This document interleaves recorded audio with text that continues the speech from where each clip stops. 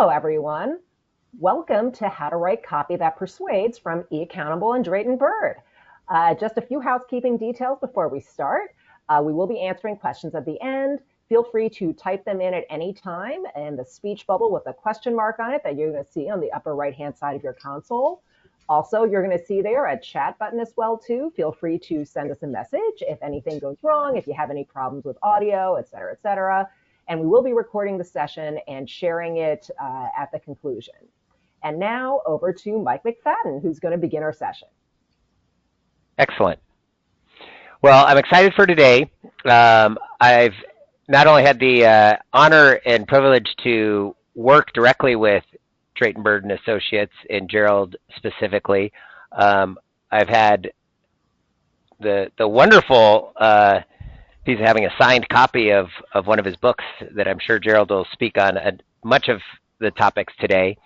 Today we don't want to hear much from me, so let's hand this off to Gerald and he will walk us through. Thank you. Goodness me. Thank you, Mike. I hope everybody can see my screen. Okay, so we're going to do how to write copy that persuades, everything you need to know in only 32 minutes. We'll come back to 32 minutes in a little while. So let's get started. What do I hope to do? Well, I want to see if I can make at least 3 helpful suggestions for you. If you pick up on 3 things and do them, your copy's going to improve, your marketing will improve, and you'll sell more. I'm going to answer any questions you've got, which we'll do at the end, as Elaine said. And hopefully, I'll end with as many of you still awake as possible. Let's see. So, your first problem is your competition. Now, that can be people directly in competition with you, so selling the same product or the same service. It can be people that sell a product or service that people can use instead of yours. And I don't mean a direct competitor there. And certainly with B2C and with B2B, you've got people who can take away the budget that people would spend on your product on something else, which means you can run into people like this. This is the Ginger Wildheart Band.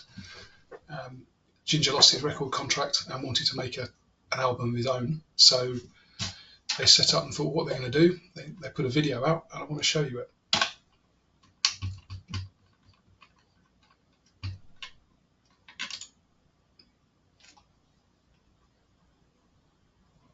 Hello, my name is Ginger Wildheart. What I want to do is I want to make a triple album. 30 songs. I want you to pay for it. That's the bad news. The good news is it's really, really cheap. It's going to cost 20 quid. 20 quid, 30 songs, 20 quid.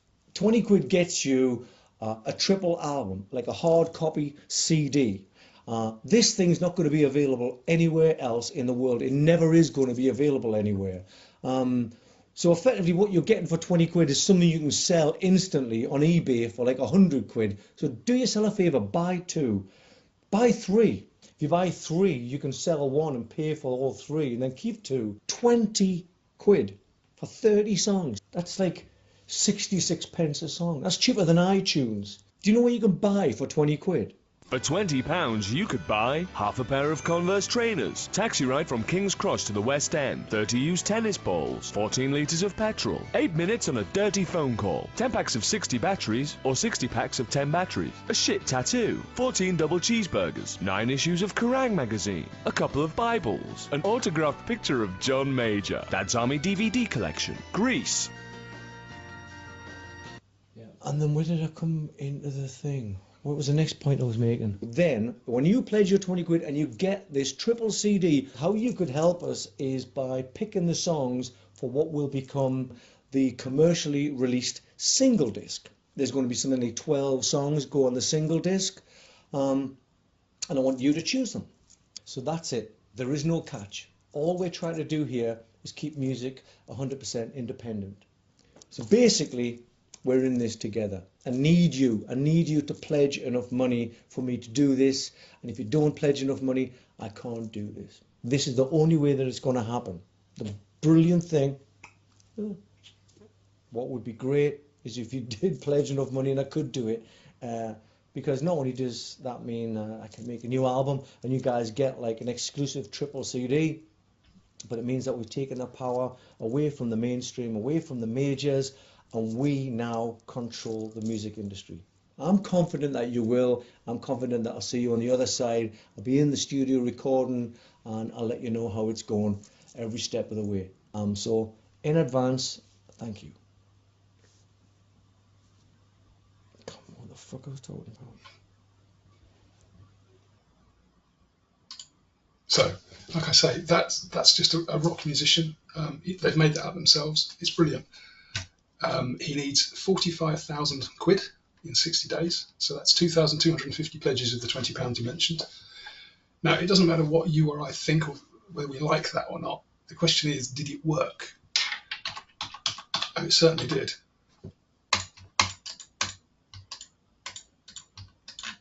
So how did he get on? He got 25% of his total in 3 hours. They got the whole lot that they wanted in under 6. It was the fastest growing campaign in pledge music history. The end ended up with 594% of what he asked for, over £250,000. 6,362 pledges in total, which gave an average pledge of £39.20, almost double the £20 he was asking for. It's the most money raised in any campaign in pledge music history.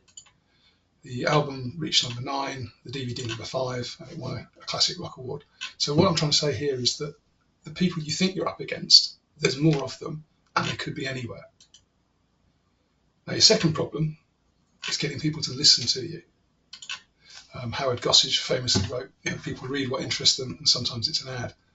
Nobody buys a magazine to read the adverts. Nobody watches TV for the adverts. Nobody's paying attention to you. You've got to grab them and make sure that they listen to you. And the way to do that is with better writing. Okay, it gets you better results everywhere. So it doesn't matter whether you're doing this for your website, for email, for videos, for sales letters, for social media. If you can get better writing and you can persuade people to do whatever it is you want them to do, you're going to make more money. It's as easy as that. The trouble is, most copy stinks. Why does it stink? See, the trouble is, most people think that they can write because they do it every day. You and I write emails every day. But writing like that, you tend to write from your own point of view. You talk about I and me. And the people you're writing to when you're trying to sell to them, or the people you're trying to do a video for when you're trying to sell to them, they're not interested in you. They're interested in themselves. The other thing you'll find that's quite tricky is to be personal with someone when you don't know them and you can't see them. Certainly the thing I found hardest when starting to write copy was, in effect, forgetting everything I was taught about writing at school. For example, you can start sentences with the word and, which they teach you shouldn't, because we do it all the time when we speak. Okay. Now, so what do you sell? These are all obviously food and beverages and things, but what I'm trying to say here is that it doesn't matter what you sell, what product you sell, what service you sell. It doesn't matter whether it's cheap or expensive. It doesn't matter whether it's simple or complicated, whether you sell B2B or B2C. Good copy makes the difference. So who are we writing to? Well, first and foremost, you're not writing to a group of people. It's easy to think of people as a group. These are our ABC type 1s, or these customers have spent a large amount of money. Every time when you write something, you're writing to an individual. And that message, as Hopkins says, should single out your prospect like a man being paged in a crowded hotel lobby.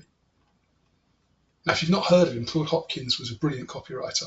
100 years ago, he wrote a book called Scientific Advertising, which is absolutely brilliant, even today. David Ogilvy, who obviously ran Ogilvy and Mather, said that nobody at any level should be allowed to have anything to do with advertising until he has read that book 7 times. It changed the course of my life. If anybody wants a free copy, you can get it on our website, draytonbird.com. But the question is, are you sure you're writing to the right person? You might think it's the correct person. Let me give you a couple of examples. Let's assume you've got a company that sells high-end kitchen products, fancy plates, fancy oils, fancy ingredients, and all that stuff. Let me give you 2 people. You tell me who you think you're selling to. First up, you've got Lee. She's 30. She's a married housewife. Husband earns well, good disposable income. Or you've got Gavin. Now, Gavin's 40-something, and he's a builder. He's got hands like shovels. Who are those 2 people do you think you're writing to? Who's the one that's going to be interested in what you sell, this cookering stuff? But in actual fact, they're both real people, and I can tell you that the answer is the builder, not the housewife. So you've got to be pretty sure. There's another example, Bang & Olufsen, the high-end stereo people. For a long time, they thought that they were selling their products to young people in the sort of 25 to 40 age group with a disposable income with an income of about $30,000 to $50,000 a year. They started putting in some questionnaires and surveys with their warranty cards. And when they got returns, they didn't even look at them. They put them in a box and hid them away. Several years later, a new marketing person came in, found these surveys, and sent them off to a direct marketing bureau to see what they could discover. And it turns out that a huge majority of their customers weren't these young 25 to 40-year-olds with the $30,000 to $50,000 budget. They were selling to people 50 plus who had $100,000 plus a year to spend. Big mistake. Obviously, they changed it. So your prospect has got 3 questions in their mind. What can you do for me that no one else can? Can you do something better than anyone else can? And why should I choose you? How do you answer that? Well, I suppose it is what Irving Wunderman says, to whom are you offering what ultimate advantage? So why should they buy from you? Are you the most highly regarded? Do you give extras others don't? Are you the longest established? Is your product quicker, cheaper, harder working, tastier or new? Do you have any other special advantages? For instance, you're the biggest. How long should what you write be? Well, you might be constrained by the media you're using. For example, a Facebook ad like this one, you haven't got a lot of room for words. You've got a big picture. But again, what you do needs to be good. This is a simple email. I mean, the sign-off bit at the bottom is longer than the actual copy. Again, it's really short, just saying we've refunded you a £10 voucher. When you get to something like this is a sales letter for a charity here in the UK. You've really got to go and explain everything to get the donations you need. If you're selling something free, you still need to sell it. But it's easier and shorter than selling something which costs more money. The more expensive it is, the longer your copy is going to have to be. The same is true for how complicated it is. But you never know how long something should be, especially with sales letters and perhaps video scripts. Although video scripts you're tied to time, certainly with a sales letter, you don't know the right length until you've finished, because your copy needs to highlight every benefit, counter every possible objection, because each one you miss is a sale lost. Only when you've got that done, that's when your copy's long enough. And you'll get people saying to you, oh, but nobody ever reads that stuff. Nobody ever reads that much. You take your top salesman. Your top salesman isn't going to talk to a prospect or a customer, get to say 500 words and say, well, that's it, I'm going to stop now. He's going to keep talking until you either give in and do what he wants or you throw him out. So, don't worry about length. Right, next up, tone. How should you speak? I mean, obviously not speaking, you're doing it in writing, but the point of good copy is that it should be as if I am sat in front of you talking to you. And certainly with the video, the same applies, how that person talks. Now, if you talk to, say, your hairdresser, you speak differently to them as you would to your bank manager. And that's exactly what you need to do with your copy. If you're writing to hairdressers, write like you'd speak to a hairdresser. If you're writing to bank managers, write like you'd speak to your bank manager. And what about B2B? Everybody immediately has this thing that, B2B is different. It isn't. You're still writing to a person. That person still sleeps in the bed, still puts on socks, still brushes their teeth, still drives a car, still does all the sort of stuff you do. So the only thing you need to worry about isn't, am I writing B2B, B2C? It's, am I using the right tone? Am I speaking to these people the way I would speak to them if I was talking to them normally? Numbers. People use a lot of numbers in their copy. There's a big one. But what they tend to do is say things like, we've got over 100 customers, or this costs less than $200. Right? Those rounded numbers are less believable than an exact number or a non-rounded estimate. So, for example, if I was going to quote pi, which I wouldn't say 3.14159265, whatever it is, but I would say 3.14 rather than 3 or 3 and a bit. If I didn't know the exact number and say the client had said, you've got to say we've got around 120 customers, I'd say something like over 119 or under 137, something to make the number not this rounded, it's fake. Okay. Again, David Ogilvy, the important bit here is actual figures are not generally discounted. Specific facts, when stated, have their full weight and effect. So use, don't go to umpteen decimal places, but 3.14 is fine. 103%, stuff like that is going to be good.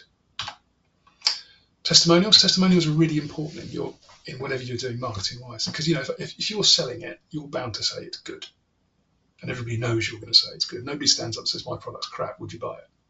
So what you need are other people like the people you're writing to or talking to on your videos, to back you up and say your stuff's good. Now, what I find particularly useful is to pick ones that are a bit more interesting, rather than just would recommend or best product ever. Something interesting. So these two, I'm shamelessly sharing ours. Nobel Prize for copywriting, and you're so damn good it's almost irritating. Both of those are nice little phrases to throw in, and much more interesting than a standard testimonial. Now, there's a formula for when you come to writing stuff, and it's known as AIDA. A stands for attention. As I mentioned earlier, you've got to grab their attention. If you don't do that, you're sunk. You can't do anything. So once you've got their attention, you have to get them interested in what you're selling. Once they're interested, you've got to make them desire it. And then last but not least, you've got to make them take action. So that's it. Now, this has been modernised and changed around a bit. Sometimes people refer to AIDCA. So you've got the same that we had before: attention, interest, desire, and action. Then at number 4, we've got conviction.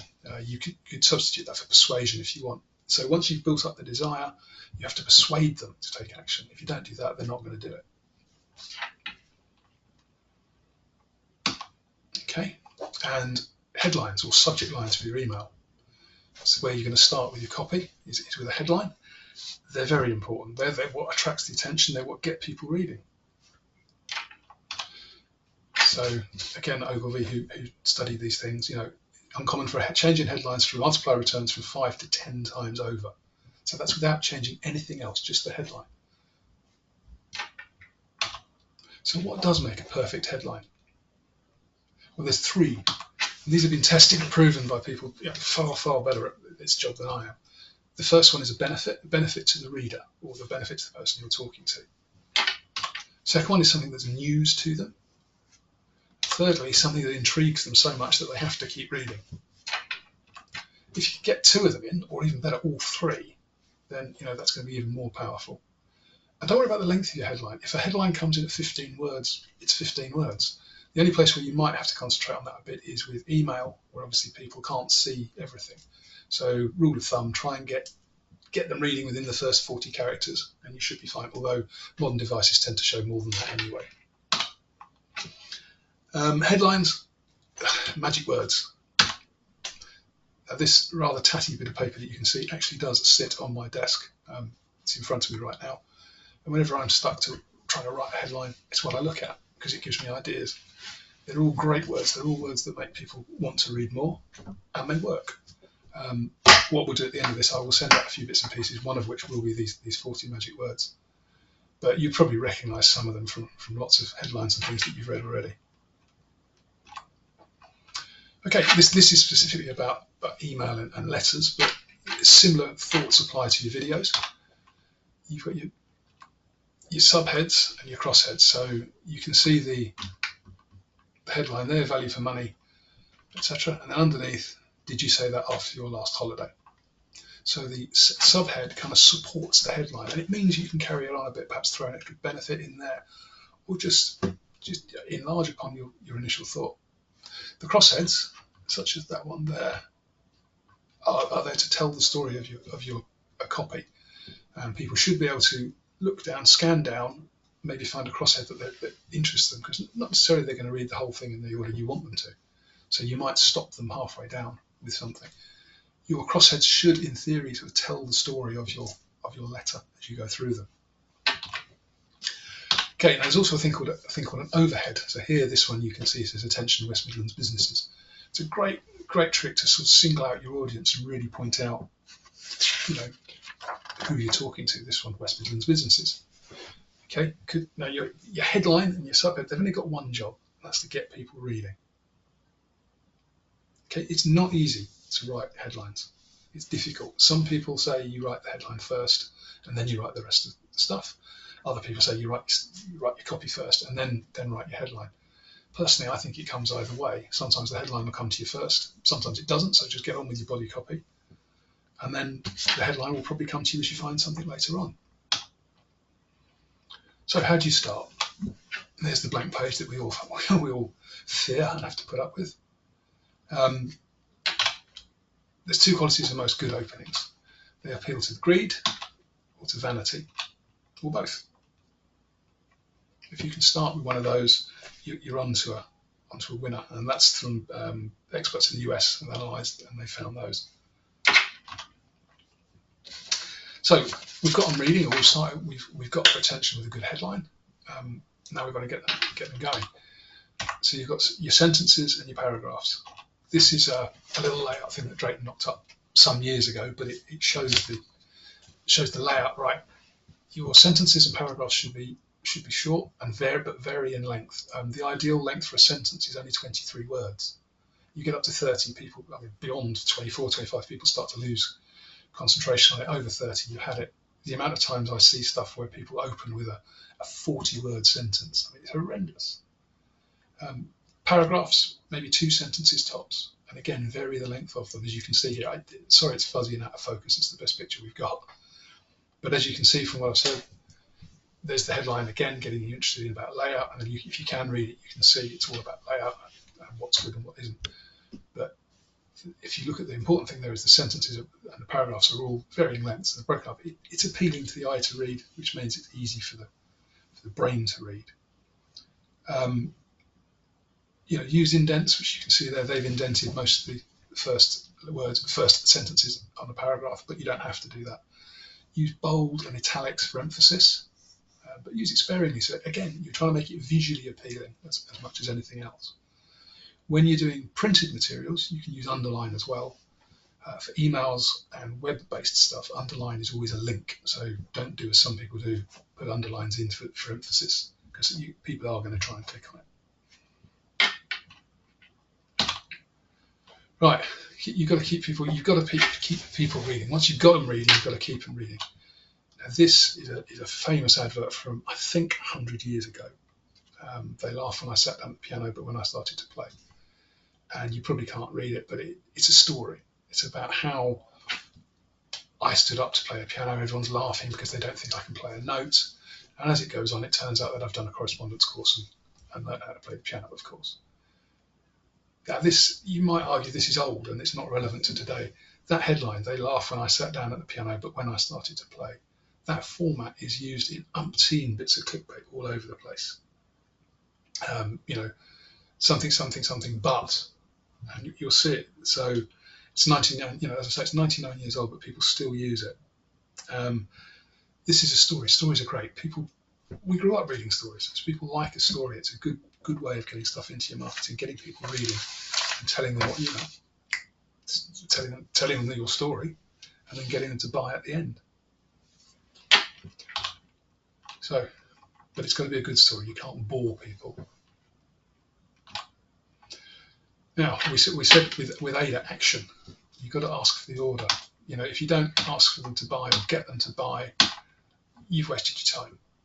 Okay, so now you've got their attention, take their money. Always, always, always have that call to action at the end. With letters, you can add a PS and put a call to action in there. Why a PS? Because people, if they get a letter from someone they don't know, will probably scan to the back of it to see who it's from. So there's your PS with your call to action. Obviously, it doesn't work so well with email, wouldn't work with videos, but there you go. But the other thing you can do with longer copy and with your videos is you can put the calls to action in amongst as you go. So you might put it right at the top. So if you grab someone and immediately they want what you're buying, give them the call to action and get them to buy there. Right, we're moving on. So there's Moses with the 10 Commandments. There's 10 Commandments for good copy, good writing. Write to the ideal prospect. Use any knowledge that you've got. Refer to e-pass messages. Remember, this is a conversation. It's not a me talking. Okay, get to the point fast, and ideally with news of a benefit. What you'll find with a lot of video scripts or a lot of letters or even emails, people waffle for 2 or 3 paragraphs before they get to the point. We often do critiques of people's copy, and you can literally slash the first 3 or 4 paragraphs off Drayton refers to it as warming the engine. But he's right, and it's easy to do and it's easy to get rid of. Remember, talk about what it does for people, the benefit, not what it is. Make sure you describe what you're offering really, really well and fully. And if there's an incentive, sell your incentive. Make it clear and easy to read. Okay, don't use long words, don't use complicated words, don't use technical terms unless you're writing to technical people, and you might have to. Okay, talk like a human being. We're back to that. So again, if you're talking to your bank manager, your hairdresser, and if you're talking to someone technical, you can use those technical terms. And don't forget and repeatedly ask for that sale. When I told Drayton I was doing this, I asked him if he had any advice for everybody, and very kindly he sent me 12 things. There is the old codger. He says, never use a metaphor, simile, or other figure of speech which you're used to seeing in print. In other words, don't use cliches. Try and use something unusual. Never use a long word where a short one will do. And if it's possible to cut a word out, cut it out. Don't make people listen to or read words they don't need to. A famous word that you can cut out straight away is that. Most of the time, you don't need it. So that's one. If you can immediately look through stuff and just slash that out. If you can find a shorter way of putting something, do it. Never use the passive when you can use the active. You want people to take action, so talk about doing things, not, and don't use a foreign phrase, scientific word, or jargon word if you can think of an everyday English equivalent.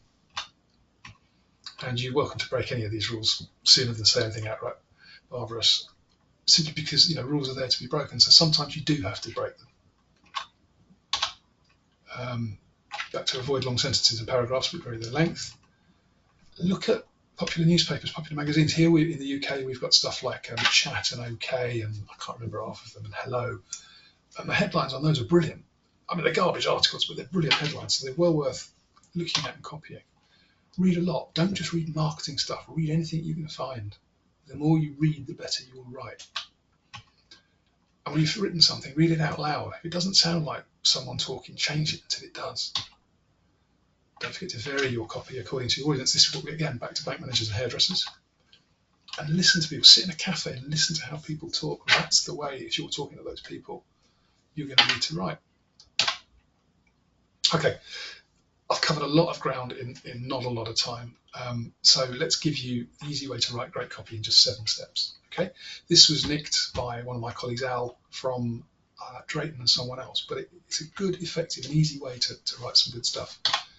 Start with your biggest benefit. Expand on the other benefits your product or service has. Then get into the specifics. This is where your numbers and your being specific numbers comes in. Proof and testimonials. So again, you can use testimonials as I showed you, or Trustpilot as we have here. 35,000 people on Trustpilot rate us as excellent. That's always good stuff. Tell them what happens if they don't do what you want. The fear of missing out is nice and powerful. Summarize everything you've told them, and then ask for that order.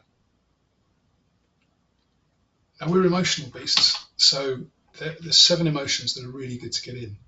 Whilst people think they make decisions based on logic, they don't. They tend to make them on emotion. So anger is always strong. Fear, flattery, greed, guilt, salvation, and exclusivity. And if you use those 7 emotions with that 7-step thing for writing good copy, your copy is going to be good. It's going to be a lot better than it was. Any questions? Because I'm pretty much done, and you can ask me stuff. First of all, that was almost just about 32 minutes, Gerald, so right on the money.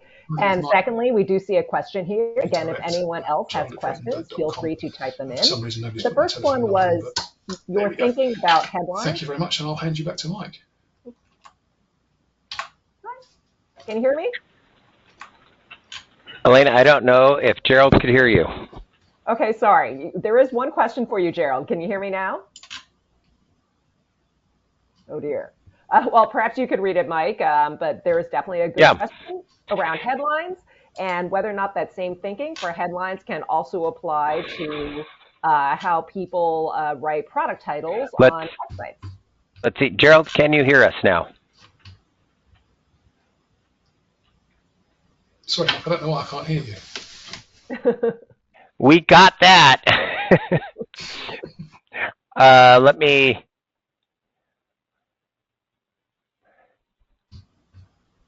This is going to be a great interactive thing. On chat, can you hear me? No, I don't know why I can't hear you, Mike. Okay. It's probably me. Here is the question that came. That's better. Oh. Sorry, it's not my fault. Okay, one of the questions.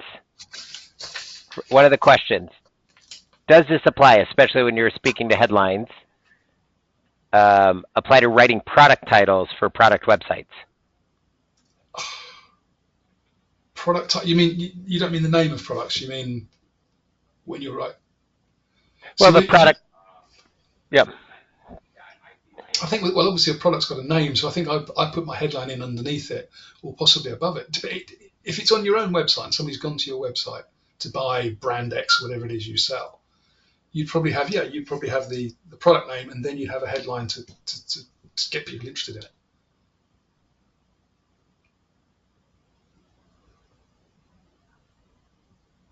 Excellent. Did I bore everyone? Nobody's asked any questions. Nope, there's a few more questions. I think in light of this question,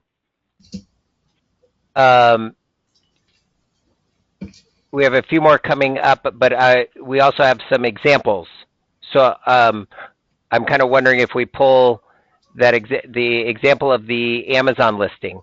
Okay, let me get So for those listening, there's a few different examples that are in context that range from Amazon to email to websites to nonprofits to, so as these emails come in, or as the questions come in, okay, why don't you pull that one up? Yeah, let's look at that. Okay, it's the Amazon one. Sacred 7 mushroom extract powder. I like the 7 mushrooms. I'm not too sure whether it's sacred, but maybe that's obviously the title of it. But I think, I don't know, it just seems a bit wishy-washy. Filler-free, organic, 100% doesn't tell me anything about what it does. But again, that's how people search for it, isn't it? They're probably typing in Sacred 7, but if they were typing in, I don't know, boost lion's mane or something, it's not that, to me, it's not the best headline there. Lower down where you've got about, at least there they're starting to tell you some of the benefits: boost your memory, enhance your physical performance, boost your immune function, premium absorption, happiness guaranteed. Certainly for a headline, I would be trying to look at super, what does it do for 1, 2, 3, the 5 benefits of taking this stuff, or extraordinary, new, announcing, something like that to introduce it. Again, I know with Amazon, as I was saying earlier, you're quite restricted with word counts and things. So this is quite good, but it's got a picture of mushrooms on it. Curiosity led us to mushrooms. There's a story there, which is good. Experience mushrooms the way nature intended. Well, not necessarily, because they're in a powder or a tincture there, so they're not quite the way nature intended, but you can argue that. Revitalize your routine. Revitalize yourself. There we go. We get some of it. That's a bit more like it. 100% organic mushroom extract, fruiting bodies only, no mycelium. Again, is somebody going to know what mycelium is? It's keeping it simple. 100%. I mean, 100% fruiting body. We can work out that means 100% mushroom, but I think you could just say mushroom. Boosts, strengthens, improves. I like this. The boosts, the strengthens, the improves, supports, the calms, and regulates. They're all good words. Weirdly, they've used 6. Now, for some reason, Drayton always teaches that you should, when you have a list like this, you should do it in odd numbers, so 3, 5, 7s, and 9s. I don't know where he gets it from, but it's a silly rule that I've stuck to ever since. Again, this is nice. It's got pictures of the different things, telling you what they do, and a chart where you can compare. And some social proof. Look, 8,000 customers are in love, but 8,000 plus. Why can't they put a real number? If it's over 8,000, it's going to change every day, I'd imagine. But 8,327, something like that would be a bit more believable. That's that one. Did you want to look at some of the others? Well, there's there's a couple other questions, so I'm going to try to connect them. There was a question around what's the best way to understand the people you're targeting? How can you find out what makes them tick? If they're on your list, you could send them a survey. The other thing to do is listen. If you've got telesales, listen in and record your telesales calls, because your telesales people will be speaking to your customers. Go and speak to one of your top salesmen. I mean, all the stuff we're doing, be it with video or with written stuff, it's because we can't be there in person. You know, if you could, you'd send your best salesman around to everybody, because he's going to do he or she's going to do the best job. But you can't do that. So the next step back is you have telesales people. And the next step back from that is videos and sales copy. So I would be, you know, in a company like that, I'd be, as I say, listening to telesales. I'd be speaking to the people. Get out there and ask them. Again, it's try and get yourself into the places where those people would be. Gerald, and will you share, it was in one of your books, I believe it was you, one of the tactics where you read the names and addresses of all of your customers? Oh, that was you remember Drayton. That? Yeah, was that Drayton? I think that would be a healthy one, and what you learned from that. And so for some of the people on this, you might have 500,000 in your database, and that might feel a little exhaustive. For some B2B or nonprofit, you might have a little less. But Gerald, share that exercise. Yeah, I'll have to. I'm sorry, that's one I'll have to dig out. It's not one I'm. Oh. It's not one okay, I'll share it. You share it. Drayton went through with the copy and read the first name, last name, and the city and state and country where each one of them resided. Now, one of is we'll find the exact piece, but the piece that stuck out with me is all of a sudden he was starting to be able to pull together where some of the customers were living.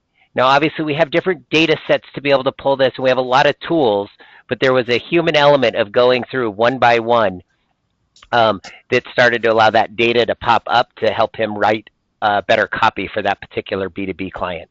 Yeah, it was quite. Definitely can understand that.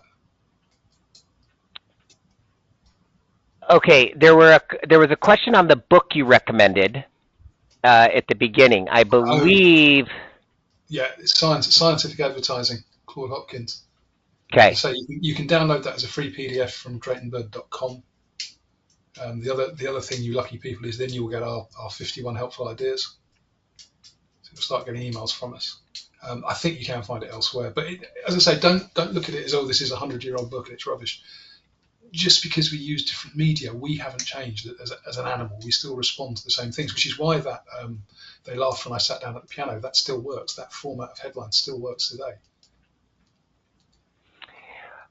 There is a question around email, and I think you have another example. So maybe if we pull up the e-com example. Okay. And the question is, do you read your copy out loud before sending it?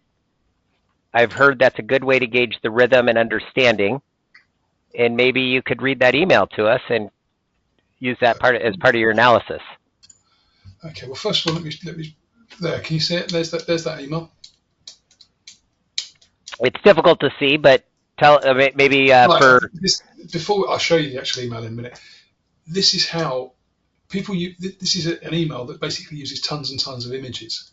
Now, my copy of Outlook, and I imagine lots and lots of people's, is set to not automatically show images because you can throw viruses into them. So if you do an email that basically uses nothing but images or starts with nothing but images, that's what it looks like when I get it and when loads of people get it. Now, that's not selling anything. That's not doing anything. That's utter rubbish, and so many people do it. What you want me to show you is, if you bear with me 1 second, that one. So how it actually should look is like that. As you can see, Herfing great image, and that's why you couldn't see it when it came through. Now the headline and their strapline there, wrap up in 40% off. I would use save 40% rather than 40% off. Save is a good strong word compared to 40% off. one thing they've done there, which is good, apart from putting their logo at the top, because they're a brand and everybody likes their logo and thinks it's really important. Their customers not so much necessarily. They've put the headline below the image, and that's the right way to do it. Ogilvy tested that many times, so that's good. And here we go. Look, feel good inside and out with our 40% off our eco-friendly cashmere. But hurry, stock's flying off the shelves. So stock's limited. They're putting scarcity in there. That's good. Warm your body. I'm not sure about warming my conscience.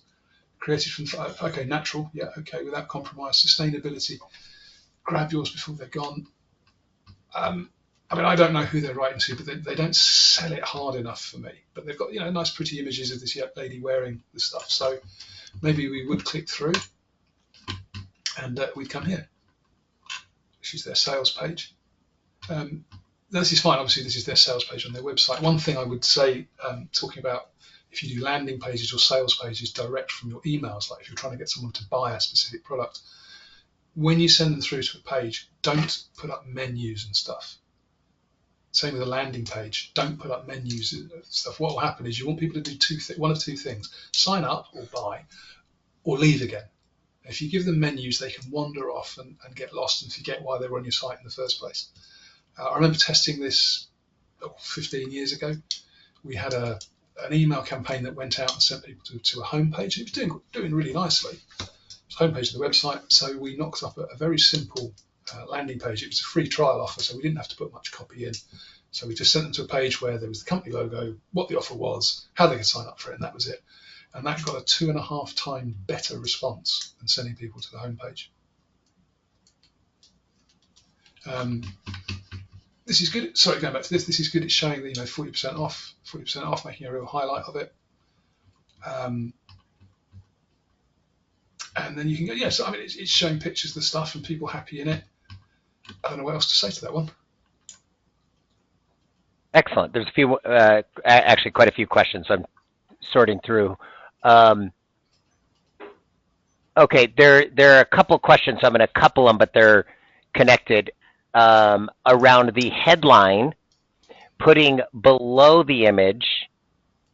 There one shared. Have you heard that putting the headline below the image speaks to the heart better for emotional purchases, while putting the headline above speaks to the head better for logical B2B style purchases? No, the tested one that I'm aware of is you put the headline below the image. Same as if you use an image anywhere in anything, certainly in printed matter, you should always have a caption. The reason is we learn to read from pictures. So you have the picture and the text underneath. And that's kind of the natural way for your brain to process it. I've not heard that head and heart thing. It'd be interesting to test it. Okay. But certainly if it was me, I'd be going, look, let's try it.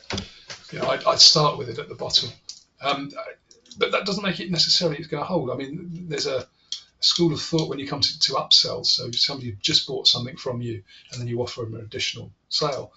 There's a school of thought that you do that before they've put their credit card details in, because you're keeping them while they're in the mood for buying. And if you do it after the credit card, they're not so much into the buying. But you need to test it, because I've seen it work both ways for different products. Okay. There is a question related to donating money. So a little different than e-com and B2B. I think you have an example there. I'm going to read. The question is related to email, but why don't you walk through your thoughts on this nonprofit, and then we'll ask the question around email, but we don't have an email from them. Okay. I mean, the thing I don't like about, well, there's a few things I don't like about this. The text is reversed out, so you've got white text on a black background, which is hard to read compared to black text on a white background. So that's one thing. Again, it's one of those rules, you can break it, but they're using all capitals, which is, again, makes it that little bit harder to read. I know it's only 2 sentences or 1 sentence in the headline, but still they're doing it all over. It doesn't tell me anything about, I mean, tunnels to towers. I'm from the UK. That means nothing to me. I don't know what it's about. I don't know what they want me to do. I have to click around. Surely this page should be shouting loud and clear to me without having to scroll down. I mean, I didn't know I could. Again, they've got big images. I would, about us, they just don't tell me who they are or what they do up the top. So I'm not likely to scroll down. This if I just landed this page, I mean, I don't know. As I say, I don't know what they do. That seems the biggest crime. I would hope that if they send out emails to raise funds, that they send people to a dedicated page for each campaign that explains, fully what they're doing. For the purposes of seeing how you think, can we go to the donate now? And obviously we do not know this flow, but let's pretend that's where they send people. This is, okay, for everyone on here, this is fictitious. We do not know this, but we wanted to select a nonprofit to see how Gerald thinks and would advise. Well, hopefully, however I've ended, now, first things first, you'll notice there's no menu options on this. I don't think there are at the bottom either. No, apart from, okay, Facebook and their homepage. But what I was saying earlier about sending people to pages where they can only do what you want or leave again. Perfect. There you are. You can only really do what they want you to do or leave again. One hopes that however you got to this page has done the hard work. It's done the sale, if you like, and it's got me to, I want to donate money to these people.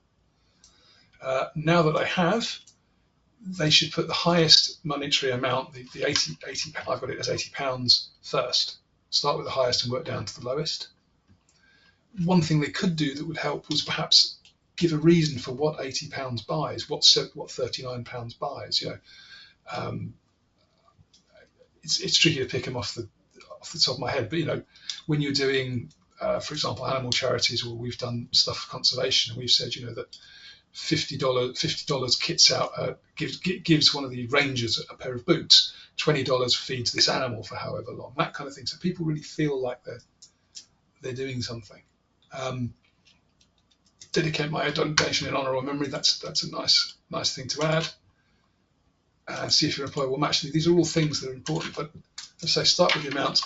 Get the information you need in. So that's not a bad page. Yeah, I mean, all in all, it's not bad. The background's a bit, with all the people and the imagery's a bit disturbing, and I would have had it central, but they've got the questions over on the right-hand side, so fair enough.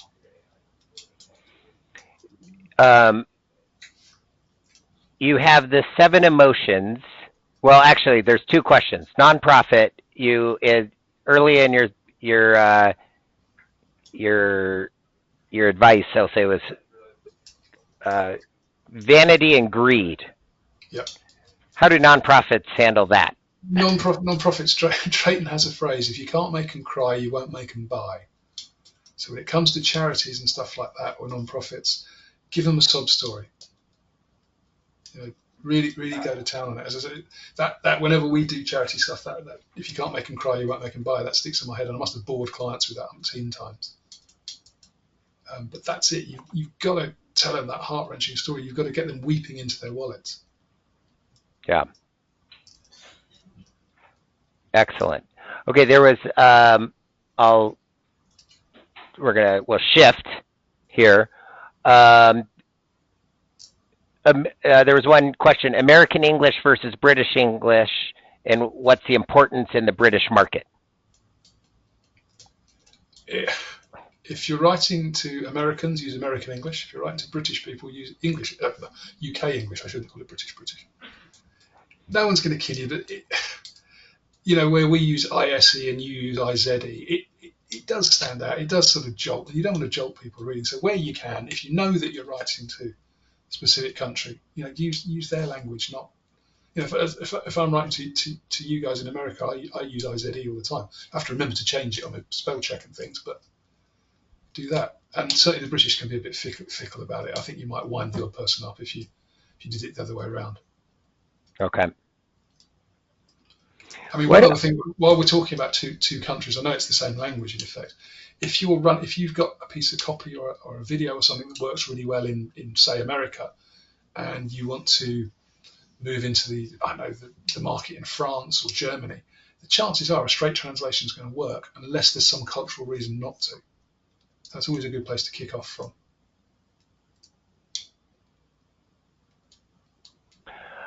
I know of quite a few people that are selling items directly on their website. Okay. I think you have an example with AG1. Oh, yes. And then we'll pivot this. There was a question from an individual about selling a service around health. This is selling a specific product, but talk through what you see here. Well, I imagine, well, I hope if you can see my screen, it's as distracting to you as it is to me. The imagery behind it is stopping you reading the words. And this is what so many companies do. Oh, let's have a big picture. Let's have a big picture, a big video. Nothing wrong with it. It's perhaps showing certainly the people being healthy and stuff. But just make it a bit smaller and don't write with white text over it because you can't read it. Again, do I know to scroll down? I don't. That's important. Here, they've got some good stuff though. Look, 47,281 verified 5-star reviews. So there they are using those exact numbers. It's changed, I'm sure. Here they've got a testimonial right up the top, or a scrolling set of testimonials right up the top. That's good. This is good. Less pills, more nutrients. Yeah, I'm not sure I'd change the headline, but the idea of, they're explaining the benefit is you've got one scoop and that's it. And in it are all these wonderful things, multivitamins and what have you, which they do go down to. Science-driven nutrition supplement. I think that's a bit of a strange phrase. People, they're using it to demonstrate, to say that it's been researched, but I'm not so keen on it. Having done so well with their 47,000 reviews, over 70 ingredients, why can't they tell me how many ingredients? It's their product. So this isn't a case where they have to guess or the number's changing all the time. They must know. Certified by Cologne List. Well, who the heck are Cologne List? Am I being thick? I don't know. Trusted by leading scientists. Continuously improved since 2010. Well, you're not going to make it worse every year, are you? Here's how AG1 works. Well, no, it's not. It's here's how you mix AG1. It doesn't tell me anything about how it works. Now this is where it all starts to get interesting. This is telling me about what it does for me. So maybe have that higher up. And then all of a sudden they just hit me with, I don't know what it is in America, but here they're suddenly telling me they want 79 quid off me. They've not done a really big selling job. They've not, unless I know this is what I want, I've not been convinced to buy it.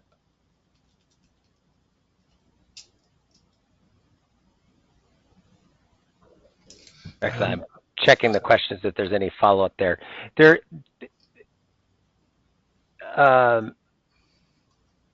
is a question, how does it change, or any advice if someone is trying to sell a service? So a health check, or, if it's personal health. So we're not trying to sell a bag of ingredients, but we want them to download an app or sign up for a yoga class or do a health check, a DEXA scan. How does that change? To be frank, it doesn't. Product or service, it doesn't matter. You still tell them the benefits. It's back to that, that simple 7-step thing. So lead with your biggest benefit, go into your other ones, etc. Attention, interest, desire, action. It's the same thing. We often get people, when I'm talking to them, new clients especially, saying, "Oh, we sell whatever it is they sell. Can you show me an example of copy you've written for somebody else that sells that?" Now, if I can, I will. But it doesn't matter that you write exactly the same way, no matter what the product, what the service, whether it's cheap, whether it's expensive, whether it's simple, whether it's complicated. It's, as I said earlier on, if it's free, you still have to sell people free stuff. You just don't need to sell it quite so hard. So if you're getting people to sign up for a free guide, you've still got to sell that guide and make them want it. But it's much easier to do that than if you're trying to flog them a $79 something. A $79,000 thing, is even harder. But the principles are always the same. All right, can we go to another example? Maybe the mortgage. Oh, the mortgage. Yes, of course. And the reason we're, for the audience, it's trying to cover the gamut of types of ways the copy shows up. Yeah, now this one, obviously this calculator is so that I can work out how much money I could get. So that would be my first thing. I'm here because I want money. So the very first thing is how much could you release? Or, I mean, we call it equity release here, so I presume you do as well. How much equity could you release? Fill in this simple calculator. What they do, because I've tried this, and we can do it here. Let's stick with their figures. What I find really annoying, and they do it on a lot of sites, calculate, and immediately it tells me how are you planning on using it. Well, I just want to know how much I can get. Here we go. Wow, I can have $14,500, which doesn't seem like a lot, but obviously that's the rules. So they do. We have a thing here. We buy any car, and they basically, you go online and you type in your car details, and they give you a price on what they think your car's worth, and you take it down to one of their places and they'll buy it off you. But again, you go to that and you just want to type in your car's number plate and get out how much it's worth. But you have to answer some questions along the way, and it's for their benefit, not yours. It's really annoying. But that could be so much simpler and so much more powerful. Now, I know we're coming to the top of the hour, so I'm sure many people have another call, meeting, etc. to go to. Since we're recording this, Gerald, if we kind of officially go, if you need to leave, leave. I know you have a few more examples. Would you be open to staying on for another 5 to 10 minutes to see if there's any questions, and then just you walk through it? If any poor sod wants to keep listening to me, of course. Well, folks, you can go get a bite to eat and come back. We'll still be here. I was pausing there for your laughter. Okay.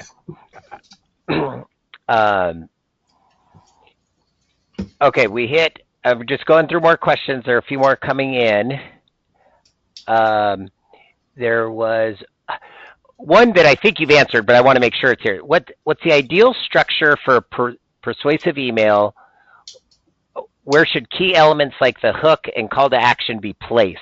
And how long should that email be for optimal engagement? Okay. With email, you can do it a few different ways. You might have an email that sends somebody to a sales or landing page. So you could say, well, I can have a shorter email with a with a call to action in it that takes them to the longer copy landing or sales page. And when I say longer copy, it could be a video, so it could be a longer running video. That works.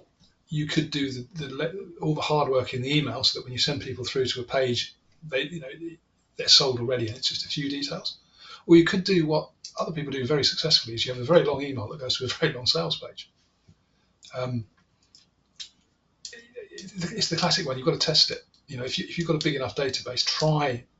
If you say you've got 100,000 people on your list, well, you could try a short copy email to a long copy sales page and test that against a long copy email to a long copy sales page. Do that to say 2,000 people each. Whichever one wins, then chuck it out to the rest.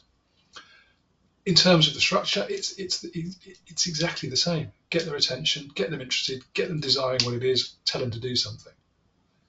That said, with emails, because it's clicking, you can put links in amongst your copy.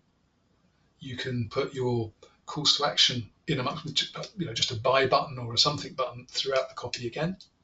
So you're not forcing people to scroll down and read everything. If they're convinced, let them get to where they want to go.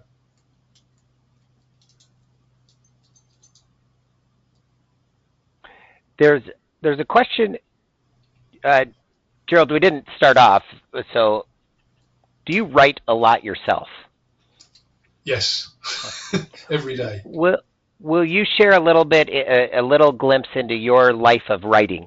Like how do you do it? When do you read it out loud? Who do you share it with? How do you, we got a lot of people who are writing copy themselves. Share a little insight into how you work. Okay, the first thing we do with a client is we send them our briefing document, which I know you've seen, Mike, and again, we can share that at the end. Everyone can have that. It's about 21 questions, but people do liken it to writing a novel by the time they've finished. And the idea is that we then understand as much about their business, their product, their customers, whatever, their service, it's a service, as they do. And I always tell people, if you've got anything else that supports that helpful information, send it. There is no such thing as too much, because I need to know as much as possible. So the first thing I'll do is I'll read it. And I know what the client wants to say. The client wants a sales letter or an email or whatever. I'll read it and I'll then basically forget about them for 2 days. And I'll just leave it in my brain. There's a book called How to Have a Good Idea or something. I never remember the title. But it basically says you do that, you just forget about it for 2 days, and your subconscious mind will work. It will, in the background, be churning away, and you will get something out of it. I've lost track of the amount of times that I get a good idea for a headline or for copy when I'm either walking our dogs or doing the ironing. I suppose it's that meditative state. It just pops into your head. I'm forever making voice notes and what have you. As I said earlier on, I don't necessarily worry about having the headline first or the copy. I will just start writing and see which comes to me. Often it's the headline because that kind of sets the tone and sets off where you're going to go with something. Then I'll write. Drayton always talks about, I think he says, write with fury, edit with an even mind. So in other words, once you're going, don't stop. Just keep typing, and you can always come back and edit it afterwards. I tend to edit not so much line by line, but paragraph by paragraph. So as I'm writing, I'll be changing things a lot. I'm not saying one's better than the other, it's just what I do. I'll write something, and then the best thing to do, again, is write it and forget about it for that day. Come back to it the next day and reread it, see where you can improve it. Certainly with clients, it's a good thing, I find, to get them involved quite early on. So if you've had a good idea for a headline, email them. I've had this idea for a headline. Or here's the opening I'm thinking of doing. What do you think? If you can get them to buy in, it makes it a lot easier later on when you send them the first draft and they're not going, that's absolute garbage, you need to start again. Again, I'll write, because we've got Drayton on a leash, I can send him stuff, and I do, and he'll either come back and tell me it's utter shite, or he'll be complimentary, or just, he's never yet got to the point where he can leave something alone. He always has to tinker somewhere. It might just be a word, which becomes down to what we call sort of Drayton's magic fairy dust. But I'll bounce it off him. He's annoying because he's done it for so long. He will find something and change something, and you just look at it and think, well, why didn't I think of that? Yes, once it's past that stage or before that stage, I'll read it out loud. And if I'm happy with it, I'll send it to the client, see what they think. And if we've done what we said about getting them involved early on, hopefully they'll love it. If they don't, you just have to make changes. The problem is when people say to you they don't like it, that doesn't give you a reason. It's just, I don't like it. Well, why don't you like it? What's wrong with it? And you have to sometimes dig in a bit to find out. And sometimes that they back down and go, actually, you're right. Other times you go, oh, I'm really sorry. I've been really stupid there. I didn't realise that bit. Thank you. And I guess the final one is test it. If you can, put it out. Try and do a split test or something. Does that help? Did that answer your question? I lost track. Yeah, I think there's one follow-up, and it's 2024, so if we don't ask this, it's not real. Give us your thoughts on AI. Are you using any tools to help you to edit? Give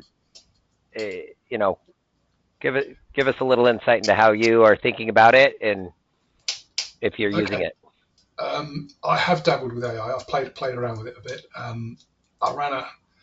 To me, it's a good tool to get started. If you're struggling for an idea or trying to get something doing, type in your prompts into AI and it'll spit something out, and that might give you your starting point. You're going to need to edit it. You're going to need to check it to see if it's right, because even now it's not always correct. I used last week. I used one of you must have seen the ones where you type in some prompts and it generates a video for you. So just for fun, I asked it to give me a 5-minute documentary on the life and times of Drayton Bird. And sure enough, within 5 minutes or even 10 minutes, it produced me this video with some background music and voiceover and some nice images, all stock, of course. But it had lots of inaccuracies in it, and that's why I'd picked Drayton, because I knew, or I thought I'd be able to spot anything it got wrong. It also waffled a lot. But I think as a tool, I don't think it's the answer, but I think as a tool, it's very helpful. It's certainly gets you going on some ideas. Disappointingly, I used it to write some LinkedIn posts probably about a year ago, and I was waiting for somebody to go, you used AI, and nobody did, because I didn't edit them. I just put them straight out as they were. But it tends to use words I hate, like crafted and artisanal, which I can't stand. We're gonna get some more natural food brands for you. Some Yeah, I craft mean, breweries. yeah, Just teasing. no, Um, no, and crafted. You don't. People talk about crafting copy. You write copy. There's a time and a place for artisanal. There's a time and a place for craft, but it's not where it's used most of the time. Excellent. Well, I appreciate you taking time. I think we've got all the answers, and I appreciate you going a little over. No, that's all right. I hope everyone stayed on and I didn't bore everyone to tears. They may be multitasking, but they were all on. I was checking, so we'll never know that answer. That's with them. No, no, that's This fine. is this is gold, Gerald. Thank you so much, and give our best to Drayton, and we really appreciate the time today. I will do, and thank you very much for having us. Okay, cheers. Cheers, Mike. Thanks so much. We'll end the session now, and as noted, a recording will shortly be available. Thanks again.